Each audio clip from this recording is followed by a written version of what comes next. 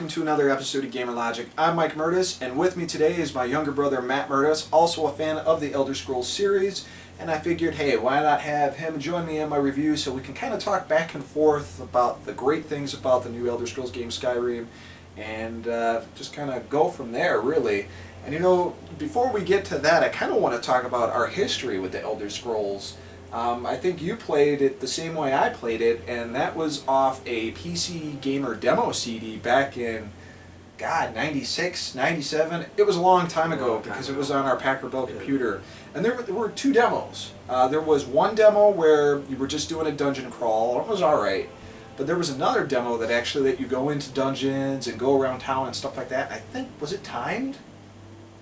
I don't remember it being timed. I could have sworn you had the full version of the game at one point, because I do remember you playing it an awful lot and never being cut off by it. So maybe the second demo might have been. That's a possibility. See, I don't remember. There was a way to break it, so the timing didn't work. I mean, it was Elder Scrolls game, so it was full of bugs as it was. But I mean, like you said, I played it a ton, and you played it a ton because it was fun just to run around town and break into shops and take items and stuff like that. Because I don't think there was really any main quest that you could do. If there was, I guess we just didn't care.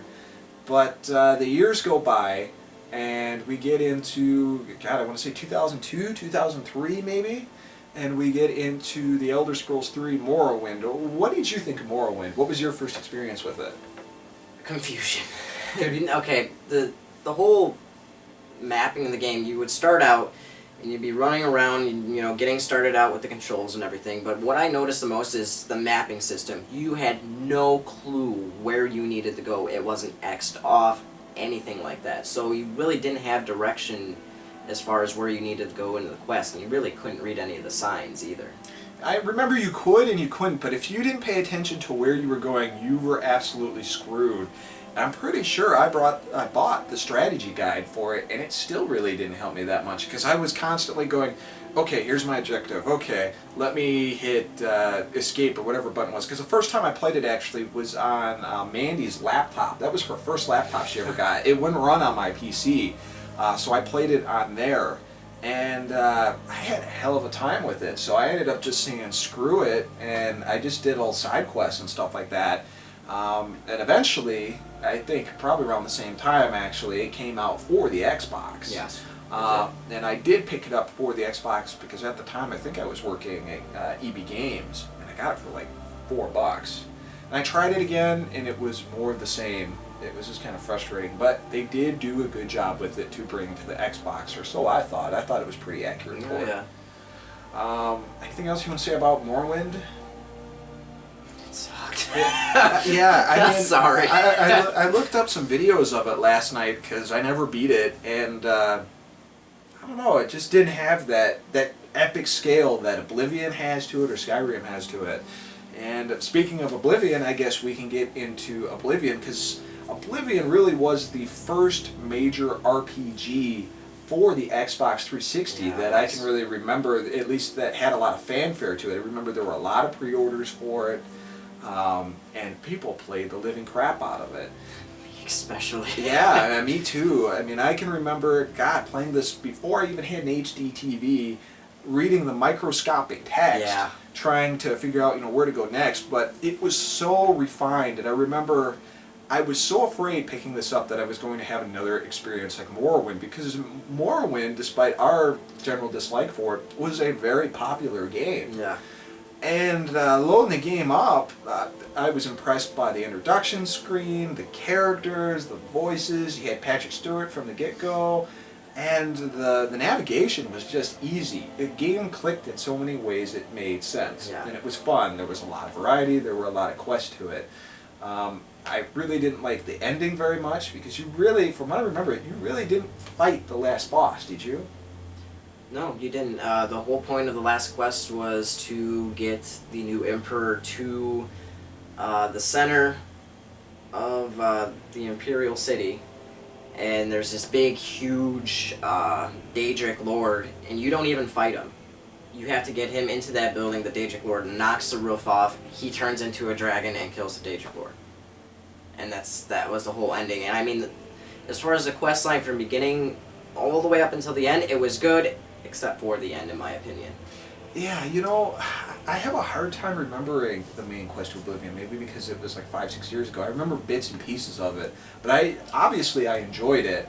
I enjoyed a lot of the side quests too, because I think I did each and every guild that there was for the whole series.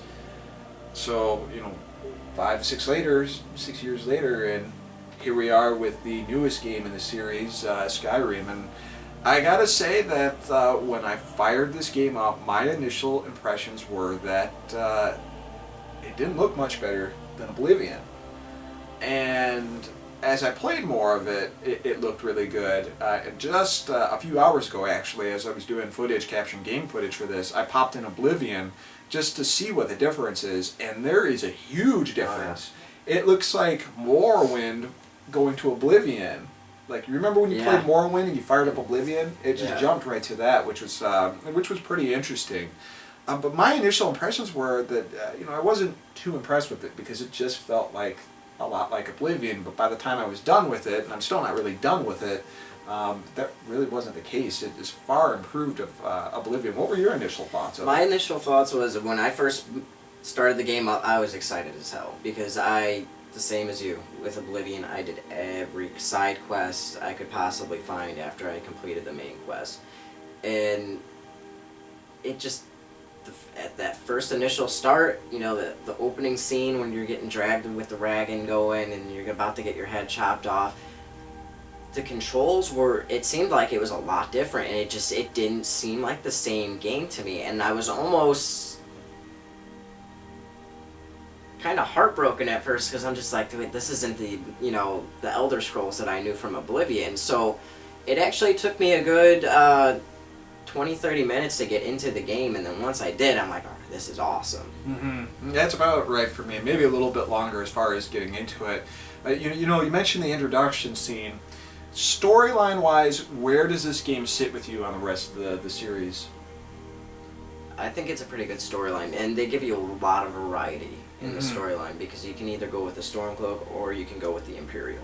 Right. So the game seems to offer a lot more variety and different things you can do in the game itself. You're not stuck to, you have to do this quest this way, there's no other way to do it. Right. You have variety. If you want to kill this person, you can kill that person, or you can choose not to. Right, and Oblivion had that to a degree, but not as much as not this. as in-depth, no. I gotta say that, the introduction to me I found was interesting, because you always start as you're captured or something, or you're locked up, and I thought, okay, what's going to happen? They're going to drag me off in this cart, and someone's going to say, oh, your name isn't on this list, but they go, your name isn't on the list, but sorry, we're going to kill you anyway. Yeah. And you're sitting, and they're calling names, and you go up, and you're about to get beheaded, and this huge-ass dragon just swoops in and starts frying everybody. I knew there were dragons in this game, but I thought the way they did it, how they introduced them, was very awesome. It was very, very awesome. Great. Because they didn't wait. They did it right off the bat. Okay, we're going to get the dragons going in here. And in my opinion, that's the best way to open a game. It was way, way better than Oblivion, where you're just going through the dungeons and, getting attacked by this, cult. Right. A dragon. That was just off the wall for me. Storyline-wise, from beginning to middle to end, I think I was a little bit more pleased with this from Oblivion just because there was a nice amount of variety to it. And I will say that I enjoyed fighting the dragons more than I did going into an Oblivion gate and trying to close an Oblivion gate. Definitely. For you, for the end, and I don't want to give any spoilers away for people who haven't picked this up yet, your thoughts on the final battle in the end, did it satisfy you, or did you feel it was a little anticlimactic? It satisfied me because I kind of knew where it was going and what was going to happen, but the battle was actually very difficult. It wasn't the easiest battle in the world at first because I actually died twice before I managed to finish up. Okay. See, so it did serve somewhat as a challenge for me. It was an issue with me, and again, I don't want to give too much away, but you have some people helping you fight this last battle, they decided, yeah, you go ahead. Yeah. And I was like, what the hell are you guys doing? And I'm getting my ass kicked. Well, then I reloaded, and they were fine. And we made short work of that boss. And you know, I thought there'd be a little bit more after that out of things, if that makes sense to you, and hopefully it makes sense to those of you who have played it as well. But for the most part, I loved the quest. I thought the end was kind of anticlimactic, but much better in terms of scope and story development than Oblivion ever was. Yeah. You know, we already touched in controls a little bit, how you said that it didn't feel like Oblivion. You had like 20 to 30 minutes to try to get used to it. Do you think they are an improvement over Oblivion by the time you're said and done? Yes, definitely. There's a lot more you can do in the game. Instead of having, you know, a shield and a sword, you can have 2 swords. You can dual cast, or you can have dual staffs. I thought that was awesome in my opinion. As far as the other controls, the only thing I have to say about controls, and we'll kind of touch in on the bugs, is having to do with the traveling and the jumping around and getting stuck in certain places. I guess we can kind of put this in with controls, but the navigation system in this, as far as fast traveling and getting around the map and finding things, did you find it clunky or did you find it pretty intuitive? It was actually a pain in the ass at first. Because you cannot fast travel to the cities right away. You actually have to find them. Well, I thought in Oblivion, the main cities you could fast travel to. I don't remember offhand, but for whatever reason I thought anything you had to be there physically for fast travel. Maybe, again, it's been a while, so I don't remember, maybe that's the case, but I thought that was pretty normal. I was used to that. But it was interesting because you would have to actually go, and when you look at the map from the scale and you start traveling, you're thinking to yourself, God, this is going to take forever, but it really doesn't take that long. No, it's not too bad. The traveling actually moves quite fast. Yeah. There's horses in the game that you can use. I stole one to get away from guards a couple of times, but I've never actually used it. There is a certain faction you can join that gives you a horse, a really cool horse. And it's kind of like, that's neat, but I'm never going to use it. I actually found myself using the horse often. Really? Yeah, after I did more of that quest and got the horse, any spots that I didn't have on my map discovered, it was actually a lot easier to get to those spots using the horse than it was just going in by foot. So, in that sense, I actually got use out of the horse. Now, as far as doing your shouts and getting into the inventory system and setting your favorites, it maybe was just laziness on my part, but I found myself in my favorites list, if I didn't set it right or I wasn't paying attention, I would do the stupidest stuff possible. Like midway through the game, you get the ability to knock a dragon out of the sky, and I was playing as a Khajiit, which is basically the Elder Scrolls version of a walking, talking cat. One of their abilities is Night Eye, and you can see at night. Well, what would happen would be I'd be aiming at this dragon would come down, and I'd be ready to hit it with this thing, and instead of doing the shout to knock him down, I would turn on Night Eye, and then I wouldn't be able to do anything because I'd be scrambling to turn it down, and I'd have to go back in and set that back up. I ran into that a couple times, but once you set it up right, the favorites list is pretty nice. So I thought once you break into it, the controls are pretty well done, the setup is very well done, especially when you go back to Oblivion and try to get to the map on that. Like, it's clunky. It is. It was really clunky going back to it. At the time it was great, but when you look back, it's like, wow. Yeah. What a difference. Oh, yeah. And the graphics-wise, too, faces. Oh, my God. The detail in the faces are so much better than they were in Oblivion. Yeah. So much better. It doesn't look like you can pop their heads with a pin and needle anymore. That was a definite improvement for sure. And like I said, I didn't think there was that much of a graphical improvement from Oblivion to Skyrim, but then you look and you go, yeah, there really is. They did a lot with this. They added in the weather system and all the different aspects. It just looks great. I guess if we want to get into the next subject of the game, we already touched graphics. Let's talk really quick about the sound and music. I will say that out of all the games I've played, the Elder Scrolls has really had some great environmental music to it. This by far, I think, captured the game really well when it has like the choirs, the chants, The moments for it when the music came on, you knew what was going on. It really added to the experience to it. The sound effects were great, especially with the shouts. They had some oomph to it, especially if you're listening to a really good sound system. Oh, yeah. It sounded great. What did you think as far as the sound? The strikes with the weapons were excellent. The spells, they really captured the essence of you throw fire, it sounds like fire. If you know, lightning bolt, ice, whatever it may be. The shouts was cool because it just and each one was different. It wasn't like you're hearing the same type of shout each time you do it. They actually changed it up, but each one had its own individual thump to it. It was really cool. Okay. Well, it is a Bethesda game, and it's an Elder Scrolls game, and along with those two, you get bugs. And certainly, I didn't experience as much bugs as some people did when they first popped the game in at 12:01 because the first update wasn't out yet. But I did experience a couple of bugs. Some of them kind of annoyed me during the main quest. One major one I had very close to the end of the main quest is you're walking through this temple to try to get to this other dimension, and you're trying to rotate these blocks, and they have animal symbols on them. Well, you have one at the end, another one at the end, and you have one in the middle. Well, you need to do this puzzle solution to get this gate to open before you can proceed, and the middle one would not move. So I'm thinking, oh, well, I must solve this part because the middle one ain't moving. So I'm turning, and I'm pulling the lever, and it's not doing anything. Well, what the hell's going on? Did you get shot by arrows? No, I've never gotten hit by those things. But I walked out of the temple, walked back in, and I look, and the gate's open. That annoyed me because I must have spent like 30, 45 minutes trying to figure out what the heck's going on. Yeah. And thankfully, I've never hit any bugs that killed my game. That happened to me in Oblivion. I know it happened to you.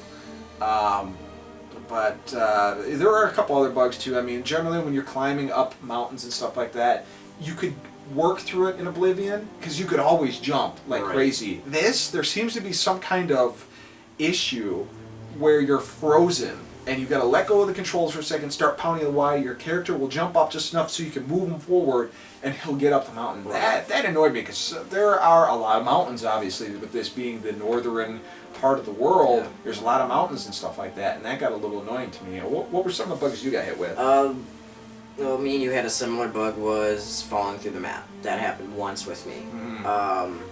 Another bug that I had was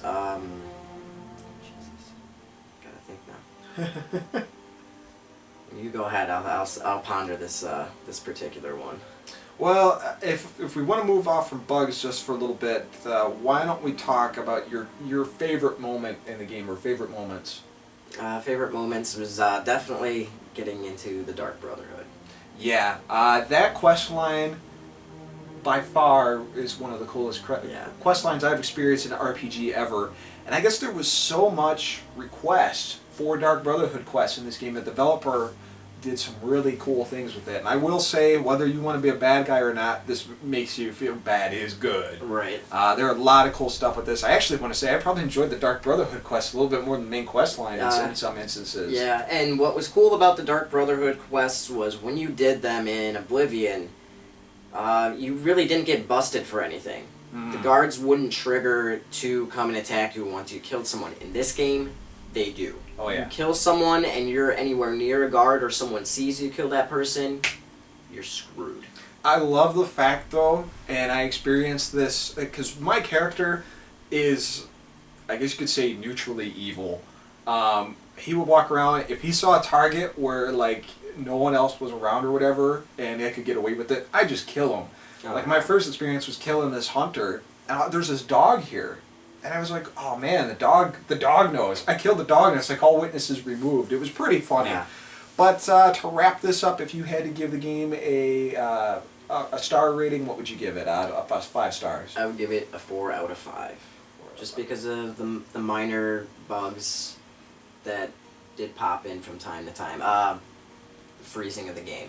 The game would if you played for a while, the game would freeze. And then, unlike Oblivion, though, if you waited like 3 to 5 minutes, it would unfreeze itself. Yeah. So that got to be a little bit of a pain in the ass when you're trying to go through the game and you're getting at a tense part, and then all of a sudden the screen freezes. So I'm going to go ahead and give it a little higher rating. I'm going to give it a 4.5 just because, you know, Bethesda does fix their bugs after a while and stuff like that. But I do agree with you on the loading issue along with the other bugs. Yeah. I thought maybe it was my USB thumb drive, but when you would wait, it would take a minute for it to just process the command to wait and then go ahead. And there is a lot of loading in the game. This is definitely something, if you got a hard drive, you want to take advantage of and install it to the hard drive. So, but overall, if you're an RPG fan, if you didn't like Oblivion, I think you could pick up Skyrim without too much of an issue and enjoy it. And definitely a good contender for Game of the Year for 2011. Kudos to Bethesda for getting this thing done. So that's all we have for this episode. Hope you guys enjoyed the tag team review here. I'm Mike Mertes, and this is Matt Mertes. Peace. Have him join me in my review so we can kind of talk back and forth about the great things about the new Elder Scrolls game, Skyrim. Skyrim? Why the hell did I call it Skyrim? what's the real name of the game? Skyrim. I don't know why I keep calling it Skyrim. You know what a Skyrim is? You know what it is? I don't want to know what it is. It's a magical ream of paper that comes from the sky. That's the only thing I can come up with. Skyrim. Skyrim. Not Skyrim. You know how many people are going to be up in arms about this after they're watching it? At least half the comments will be like, it's Skyrim, not Skyrim. The last time I did this was with Assassin's Creed 2. I was calling Enzio. And if you read half the comments, it's like, that's not how you say the name right. Well, now I have something new. The fans will enjoy it. Right, everybody? Great.